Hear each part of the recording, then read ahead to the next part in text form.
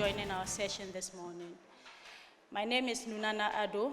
I work with the GIZ-MOVE program. So we are a development program that operates in 6 countries in Africa, but then we are funded by the German Federal Ministry of Development and Economic Cooperation, as well as the EU and the OACPS. So apart from being present in 6 West African countries, we also operate in the 79 OACPS countries. Thank you once again for joining today's session. And our session this morning is going to focus on the very impressive work that women are doing across the value chain in Africa and then in Asia. So this morning, what is our goal? We have spoken extensively about how fast changing the cashew sector is, how volatile it is, and the global trade platform basically looks. And we want to see how are women thriving in this particular sector or in such an environment. So we have today on stage women who are not only surviving, but are adapting, they are innovating, and then they are leading real change. So our goal is practical this morning. What are they doing that is working? What is not working? And we are going to be frank about that. And what do we need to make them work even better? So I would invite you to lend us your attention. It will be well worth it by the end of the discussion. I'm joined this morning by very wonderful women from Côte d'Ivoire, Sierra Leone, and then India. And you know why I call them wonderful women very soon. So just to introduce them briefly, although their names were mentioned earlier, I'm joined by Madame Frederique Guei from Côte d'Ivoire, the CEO of SOST.CI. Please let's acknowledge her, the lady in green. Please give us a wave. Madame Christelle, Ohouo, who is the Director General of Diaoune in Côte d'Ivoire as well. Please give us a wave, Madame.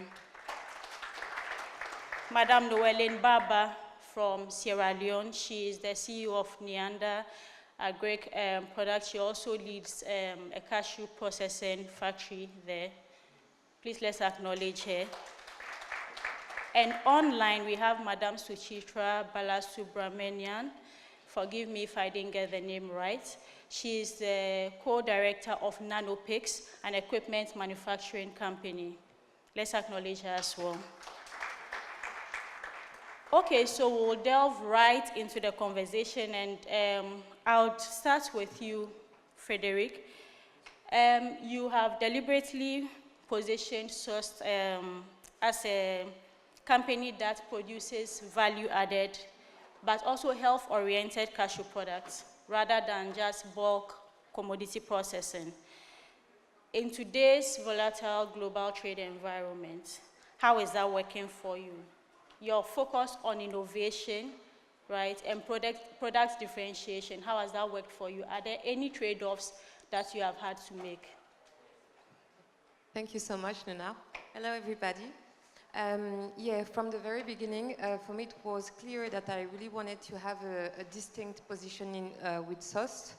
I didn't want it to be another bulk processor or first transformation cashew processor. I really wanted to add something more, add more value, because of course being able to also be a huge cashew processor demands a whole lot of capital, which I did not have. Was self-financed by my own savings that I did during my professional career.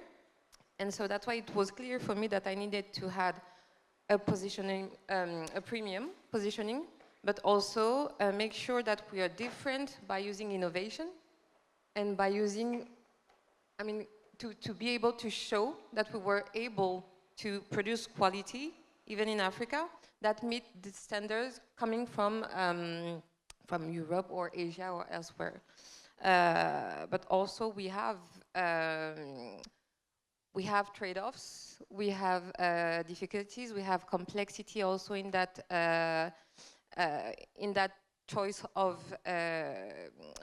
processing, because like I said, we're small, and huge quantities of clients for cashews. They are also asking for a whole lot of standards. Yeah. Everything is pretty much really heavy in terms of finances pretty quickly. Yeah. So that are the biggest trade-offs. So resilience comes from the choice of maintaining the position that I want to bring premium quality from my nuts based in Africa. Thank you, Frederique. So we'll move on to you, Christelle. For you, you operate also at the heart of Côte d'Ivoire's cashew supply chain. You are into export, you're into processing. You manage an impressive company. How are you managing volatility in RCN supply and then prices? Good morning, everyone. And thanks for giving me the chance to participate to this panel. To manage volatility and price, I think we should be close to the farmers and the cooperative we work with. As for us, we try to be present during the good moments like birth, marriage, and when they face family issues. We try to give them support, moral support, financial support as we can.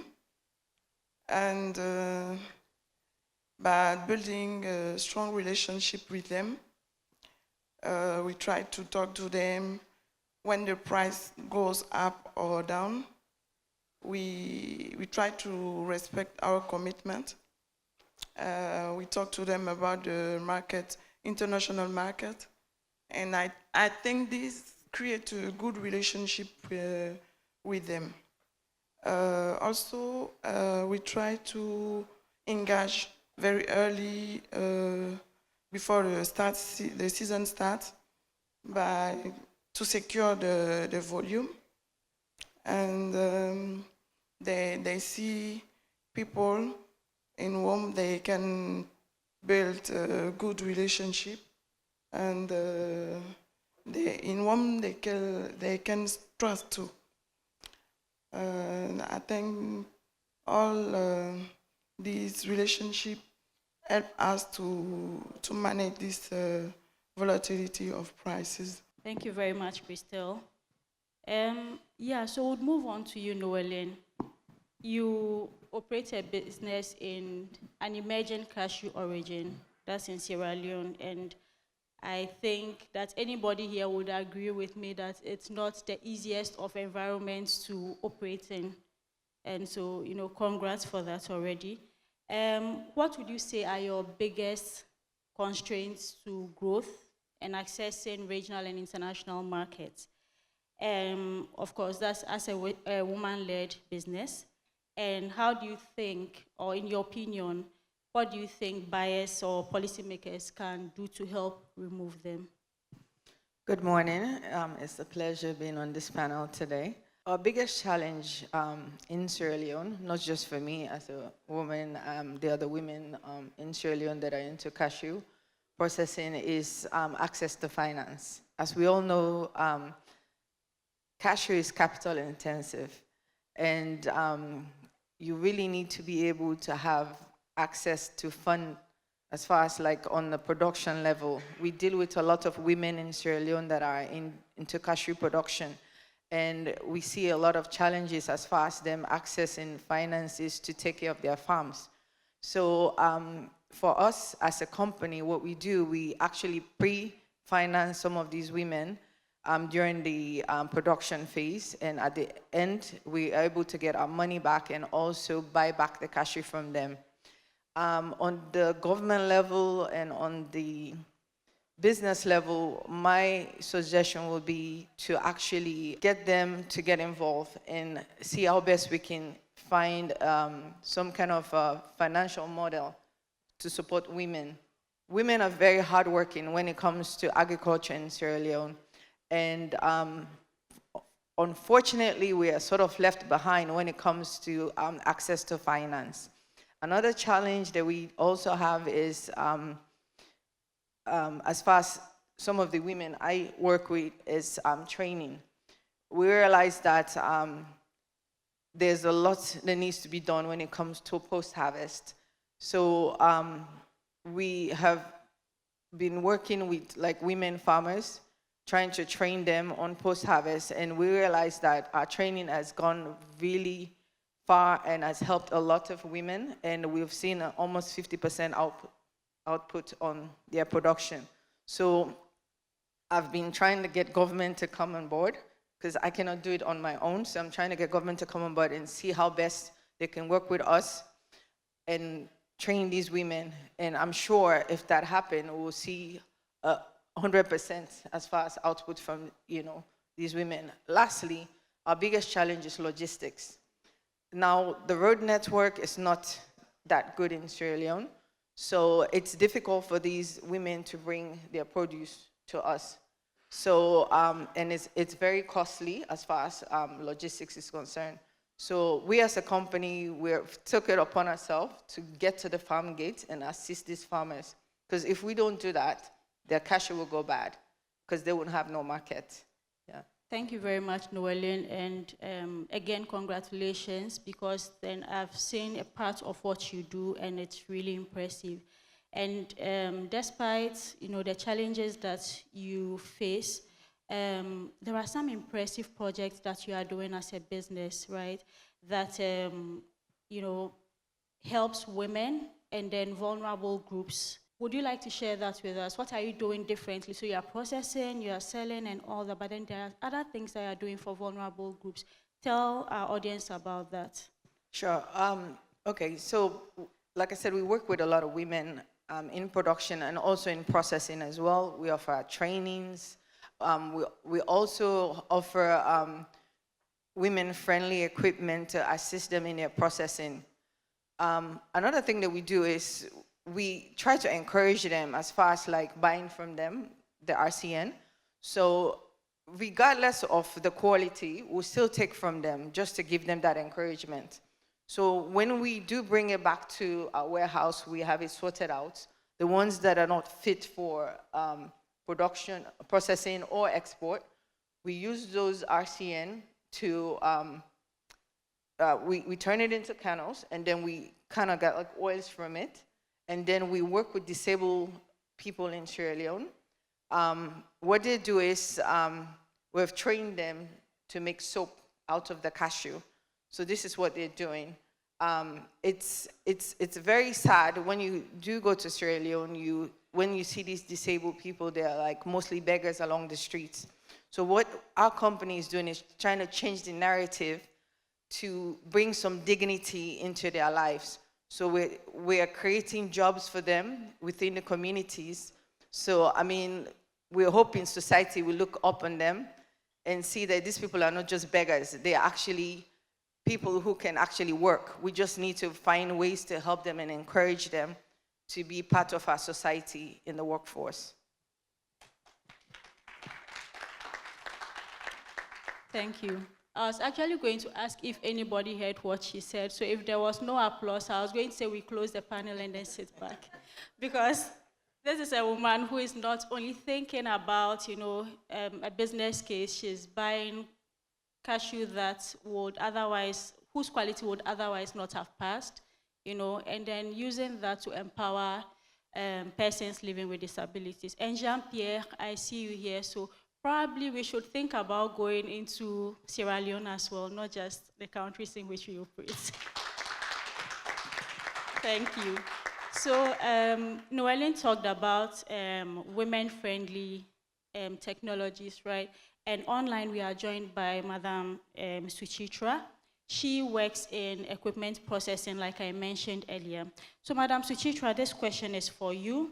I mean, since I joined the cashew sector, I've met you at every World Cashew Conference, and you do incredible work with your company when it comes to equipment manufacturing. So our question to you today would be, knowing how much technology can be a game changer when it comes to processing, when it comes to product quality, and profitability, and also improving efficiency, of course. What specific technologies or equipment solutions have you seen most effectively empower women-led cashew businesses? And to you, what needs to change for this technology to become more accessible to women businesses? But I thank everybody and the World Cashew Convention organizers for this great, wonderful opportunity. I mean, talking about technology is a great empowerment, and a great power for women, especially to the cashew industry. I would like to tell a small personal story about a woman called Alamelu from a remote village of Tamil Nadu, and how she used technology to sustain her business and make it a profitable in a very short span of time. Her name is Alamelu, and she is a very small time processor from Tamil Nadu, from a city called Pandroti, where she was processing only 150 kgs of cashews with her friends and families. All of a sudden, one day, out of nowhere, she got an order of 15 tons of cashew kernels to be exported in just 45 days. She was like, what to do, where will I get people to work for me, and all that. So that time we had given our product, and with our product she was able to process quality cashew kernels, pack it, and make her business sustainable and profitable. So that is one story of how Alamelu from a remote village changed her business using technology. So when it comes to what we have to do to include, make technology more useful to women-centric businesses, first we have to include all these women people who are on the floor level to know what we can do for the technology. Because these are the people who are on the ground level, who knows the difficulty of handling a cashew and handling material, and what are the pain points in processing. So when we include them in the technology development, we get a lot of insights. That is point number one. That's point number two. When a technology or a product is getting built, we have to keep in mind that it is very simple to use, very easy to access, easy to maintain, and even to easy to service all by themselves. If a woman is able to train also herself on how to operate a machine, how to do service of a machine all by herself, that can be a great game changer for any woman-centric business. Using technology, they can go great heights.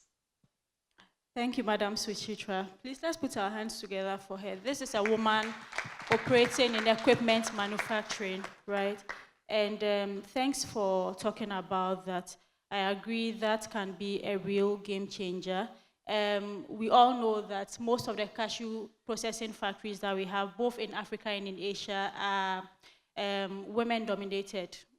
When it comes to the factory floor, most of the people that do the actual processing are women. How about we begin to think about, thinking about them in the design of these machines, their insights, what should change, training some of them to also maintain some of these machines and all.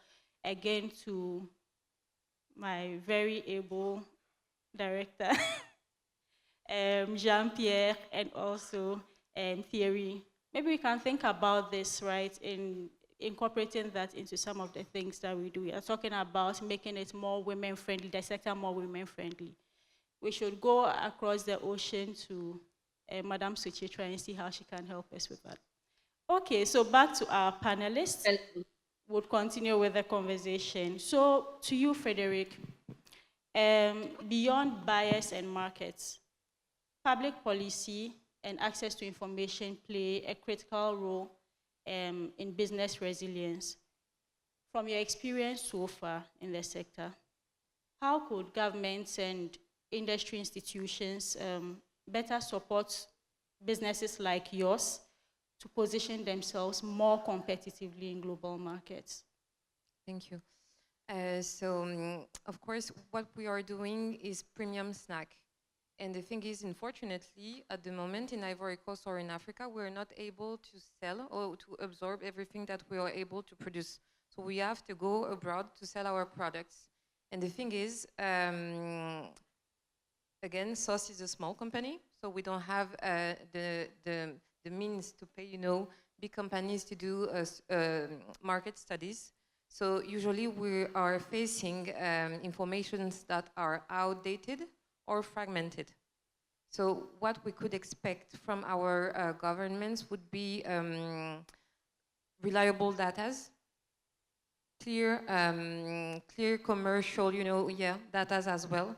So this way we make sure that we are able to position ourselves correctly in a commercial conversation, because it's hard in these other countries or region like Europe or Asia. Those parts of the transformation, they are very structured already, and prices and demands also, which is very different on our end. So they have all those info. So how do I make sure that when I go to those places, I sell at the right price? And then my main goal is to keep the value that I add to my products, keep that value, retain it here in Africa. So to make sure that I retain that value, I need access to proper data. And I think that's the part that agencies or government can play for us.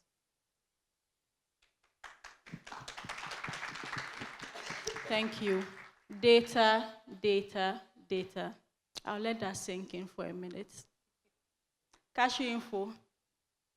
Maybe you can put in an initiative also for our women, you know, processors, especially, of course, in Africa and Asia. How do we get information to them, you know, in formats that can be consumed by them and that help their businesses?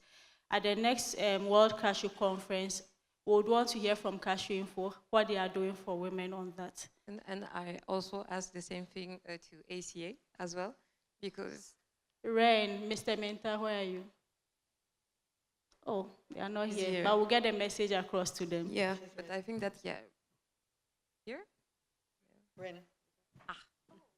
Thank you. Give us a shout out. Because of course, resilience also comes from anticipating and planning. So we really, really need that. Thank you. So, okay, moving on to Christelle. You lead in a highly competitive environment.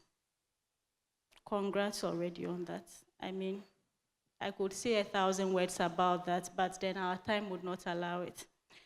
So, leading in the environment in which you do, how do you navigate decision-making, right, in the spaces where you are, where we still, although we don't like to talk about it, where it is still very male or largely male-dominated? How do you lead in such spaces? Would like to learn from you.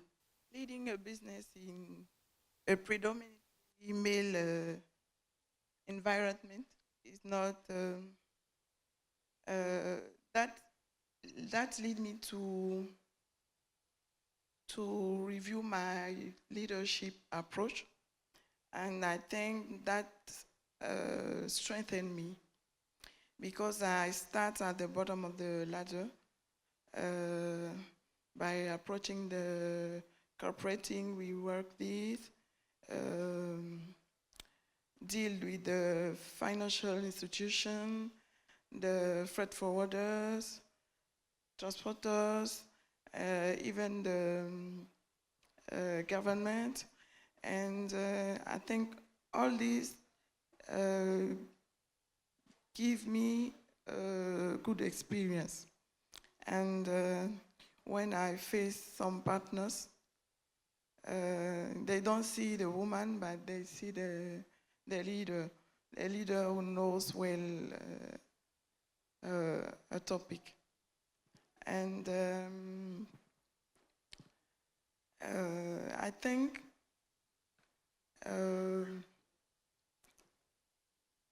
this experience is not an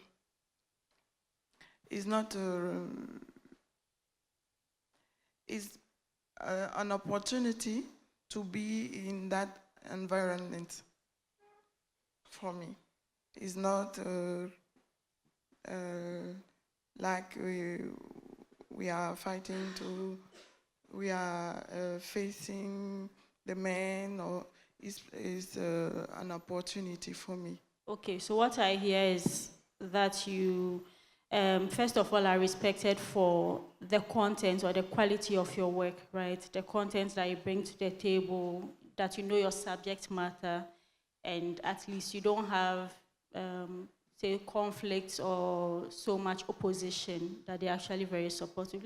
Let's give it up for the men in Côte d'Ivoire. We'll come and learn from you. But thank you for sharing that. Do you want to speak a bit to that, Frederique? How do you lead in the context in which you are? What are some of the challenges you face, or what are some of the things that have improved that you have seen, just like Christelle has shared? How do you lead in nuggets for us? Well, that's a great question. How do I lead? I think that maybe it would be great to ask the question to my team, but I think that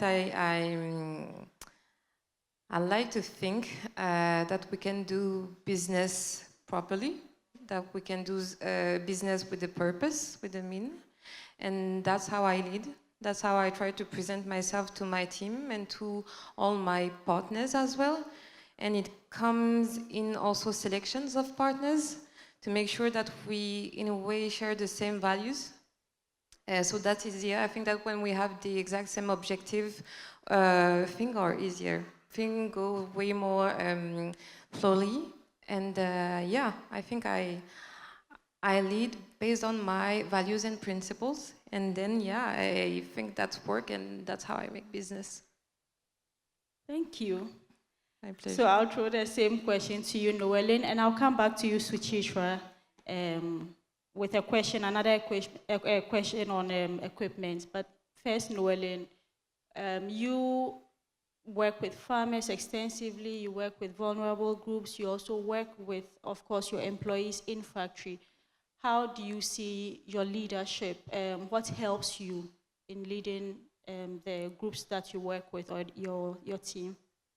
Well, for me, I'm sort of like an open door policy leader. I respect everyone, regardless of their background or where they come from.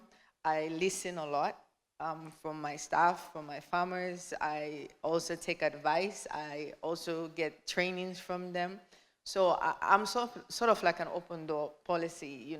I pick up from everybody. I allow my staff to express themselves if they have issues, and also how we can do better as far as our business is concerned. So, so like nobody's left out. I'm very open when it comes to my leadership style. I want everybody to feel comfortable around me, and comfortable around them as well. Yeah. Great, thanks for sharing. Okay, so back to you, Madam Suchithra. In addition to knowing how you lead your team, something that you could share also with other women leaders who are seated in this room, and of course, the men are also willing to learn as they share with us. I would also want to know, there's this observation that we've made that sometimes women processors struggle to access financing, and I think that has been mentioned in our conversation as well this morning, especially for because they are capital-intensive businesses. And of course, part of that relates to the technology that they use. So, in your opinion, what models or partnerships have successfully bridged this gap in your experience? And how can industry stakeholders replicate or scale them up? Please share with us. Yeah, so that's a wonderful question. So again, I will give you two examples from my country, India, from two different states. One is the state of Maharashtra, from a district called Sawantwadi, which is a little remote district in Maharashtra, not very, very rich, where the government supports women who come together to start a business, kind of a self-help group, Especially they fund them for their technology updation, machinery buying and all that. So with these women, have though the scale of the business will be smaller, they process it using the technology, and then they are quite successful. So they stand out. They are majoritarily run by women, and with the government support, where they get a lot of subsidy for buying machineries, raw material, or even maintaining the factory. So lot of things happen with the help of government. Also, these people put a small amount from their pocket to run the business. So that's how I think is one way of working. And also one more cases from Odisha, where a tribal group, a tribal self-help a group is supported by the government again, for these women who were actually previously only going and plucking this cashew fruit and getting the cashew nut to the factories. Now, with the help of the government and other funding methodologies, they have started their own small processing unit. They have got their own cutting machine, their peeling machine, their grading machine, or and then they are now they are selling their own. So these kind of self-help groups, small women coming together as a group, will also attract the government to help them. So these are the two examples that are coming into my mind when I see how women can empower themselves in a cashew industry, which is right now transforming itself from labor intensive to technology intensive. So women who look forward to do a business have to be not only process oriented, they have to be technology oriented to scale faster. So these are my points. Thank you very much, Madam Suchithra. Yeah, in addition to that, I would want to ask how you lead your team. Please share with us. So unlike many cashew industry, my industry is different because I come up from a machinery manufacturing industry where I lead a lot of men uh, and very little women. So that is one thing. So all I have to say is, if you are clear and you keep your expectations very clear to the team, and you know what you are doing, so the rest is going to be very easy. Thank you very much for sharing. So Keep your thoughts simple, yeah, and express in simple words, they will follow. Thank you for sharing that. Please, let's put our hands together for her. Okay, so as we bring our conversation to a close, I would like to ask each of our panelists, and I'll still start with you, Madam Suchithra. If you are given the opportunity to implement one immediate change, one that has to happen within the next 12 months to strengthen women-led cashew businesses, what would it be? See, as I previously told, now we have from labor-intensive industry, we are becoming a more and more technology-driven industry purely because of the scale that is happening in the industry. So, as a woman, we need to empower ourselves technologically. We cannot shy away that no, I will not handle machinery. I will only handle what is labor work. No, we cannot stay there. We need to immediately get ourselves trained and empowered with usage of machinery, how to maintain a machine, how to supervise a person who is maintaining the machine or operating the machine. So we have to scale up our game with technology. This is one thing that I would recommend women in the industry to scale up for. Thank you very much. Thank you very much. You cannot say this is all that I do. You need to upgrade. You need to learn. You need to, stay abreast with trends. Thank you very much, Madam Suchithra. I would ask the same question. I'll pose the same question to my panelists here in the room. I'll start with you, Christelle. What is one change, if you had to make an immediate change right now, between now and then the next 12 months, what would it be? Thank you. I think current government policies are supportive. So I would like to share a simple idea. For our factory, we employ more than 50 women for manual peeling, and we cannot handle enough space when the production is increasing.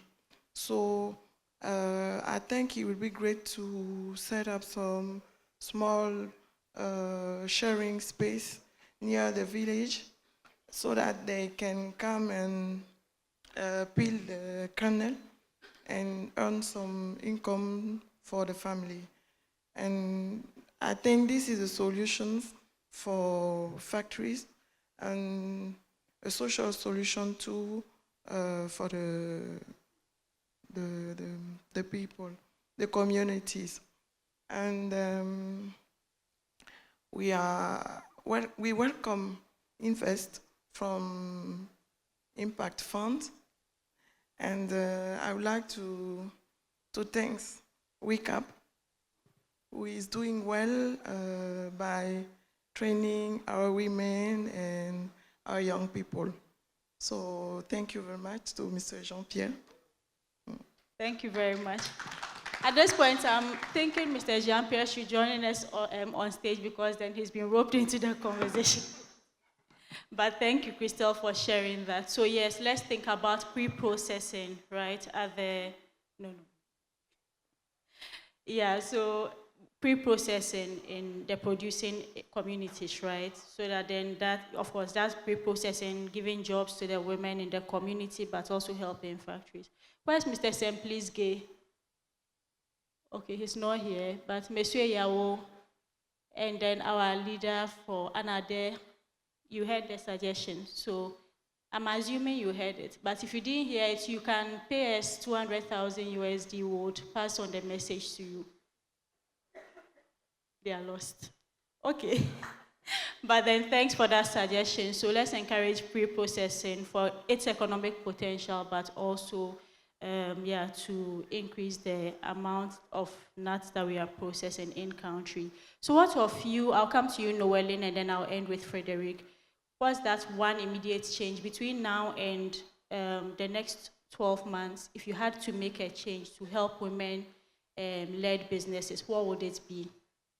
Well, for us, it's a continuous process for us. We're always trying to support women-led businesses as far as providing small loans for them to assist them in their farms. But what I would like to see is our government to put more emphasis on women in the cashew sector, where women are the breadwinners in our country. They're very hardworking, and they're able to manage money. So for me, my takeaway will be to get our government to put more seriousness as far as having access to finance for our women, so they can see the potential that's there for our women in Sierra Leone. Thank you very much. Thank you for sharing, Noellen. And back to you, Frederique. What is that one change that you would implement?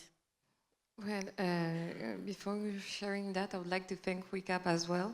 Thank you for the visibility and opportunity, and really look forward to keep on working with you guys.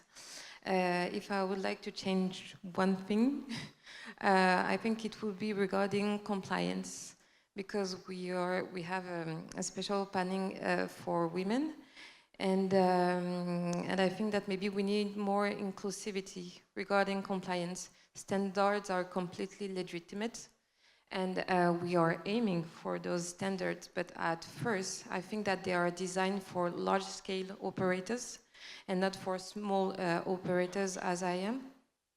And I think we could have some kind of a more inclusive pathway to compliance, not something that is binary, also a yes or no situation, because as I said, we're looking for to make sure that we are included in the conversation. And unfortunately, sometimes because of that, we are excluded to have access to markets that we are able to address, because at that scale, we are not able to meet compliance. And it's not that we lack systems. We have systems to track traceability, to make sure that food safety comes first. but we need more support and a more progressive pathway to access and to be 100% compliant and meet the standards that big companies are able to meet just like that. Thank you. So let's put our hands together for our panelists.